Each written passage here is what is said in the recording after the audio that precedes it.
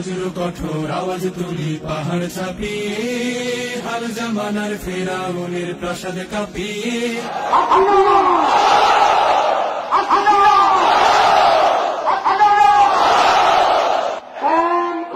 হত্যা নির্যাতন করে আওয়ামী লীগ বাংলাদেশকে একটি জাতীয় রাষ্ট্রে পরিণত করেছে। এদেশের সমৃদ্ধ অর্থনৈতিক কাঠামোকে ভেঙে ফেলেছে আওয়ামী লীগ সরকার। এই শান্ত শীতল ভূভাগে যে আগুন ধরালো, ভাতৃপ্রতিম সমাজ ধারায় হিংসা ছড়ালো, সেই স্বৈরাচারীদের কবর রক্তে নাচুক তপ্ত খবর, প্রাণ যদিও যায়। ইসলামী ছাত্র শিবিরের উপর অমাননীয় নির্যাতন চালিয়ে ইসলামী ছাত্র শিবিরকে নিশ্চিহ্ন করার প্রয়াস চালিয়েছেন। জাতিবাদীরা তাকিয়ে দেখো, ইসলামী আন্দোলনকে নিশ্চিহ্ন করা যায় না। ইসলামী ছাত্র শিবিরকে নিশ্চিহ্ন করার শক্তি তোমাদের নেই।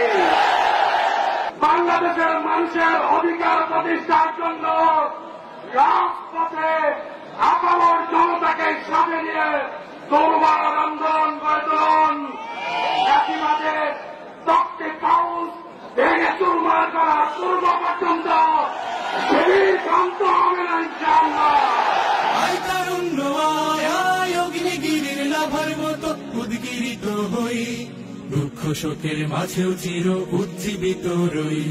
আজকের এই সমাবেশ এই সরকার পেশিবাদের সরকারের পতনের জন্য। আজকের এই সমাবেশ 2006 সালের 28শে অক্টোবরের ঐতিহাসিক প্রতিষ্ঠাতা গ্রহণ করার সমাবেশ।